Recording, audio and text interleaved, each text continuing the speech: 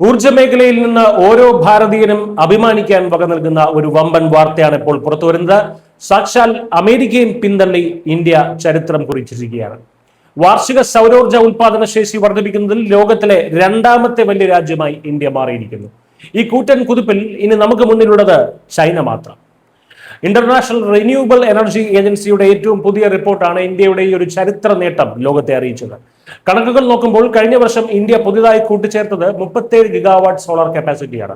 എന്നാൽ വമ്പന്മാരായ അമേരിക്കയ്ക്ക് കൂട്ടിച്ചേർക്കാനായത് 34 ഗിഗാവാട്ട് മാത്രമാണ്. ഇതോടെയാണ് അമേരിക്കയെ മറികടന്ന് ഇന്ത്യ ഈ ഒരു സമ്പൂർണ്ണ നേട്ടം സ്വന്തമാക്കിയത്. 315 ഗിഗാവാട്ട് ശേഷി കൂട്ടിച്ചേർത്ത ചൈന മാത്രമാണ് നിലവിൽ ഈ പട്ടികയിൽ ഒന്നാമതുള്ളത്. ശക്തമായിട്ടുള്ള കേന്ദ്ര സർക്കാർ നയങ്ങളും ലോകോത്തര നിലവാരത്തിലുള്ള അടിസ്ഥാന സൗകര്യ വികസനവുമാണ് ഈ റെക്കോർഡ് നേട്ടത്തിലേക്ക് നമ്മളെ അതിവേഗം എത്തിച്ചത്. സൗരോർജ്ജ മേഖലയിലെ ഇന്ത്യയുടെ ഈ വളർച്ച പെട്ടെന്നൊരു ദിവസം ഉണ്ടായതല്ല. 2024 സാങ്കേതിക വിദ്യയിൽ മുൻപന്തിയിലുള്ള ജപ്പാനെ പിന്തള്ളിയാണ് ഇന്ത്യ 3-ാം സ്ഥാനത്തെത്തിയത്.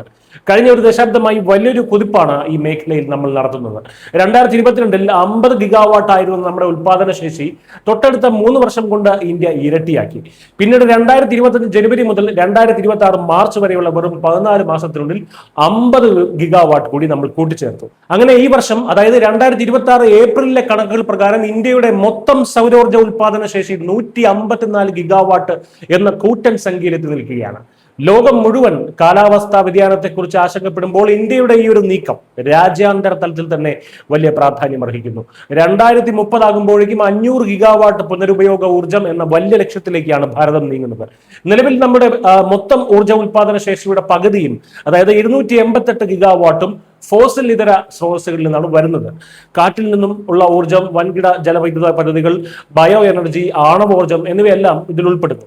എന്തായാലും ഒരു കാര്യം ഉറപ്പാണ്, ഒരു കാലത്ത് സാങ്കേതിക വിദ്യയ്ക്കും ഊർജ്ജത്തിനുമായി വികസിത രാജ്യങ്ങളെ ആശ്രയിച്ചിരുന്ന ഇന്ത്യ ഇന്ന് അവർക്ക് തന്നെ വലിയൊരു മാതൃകയാവുകയാണ്.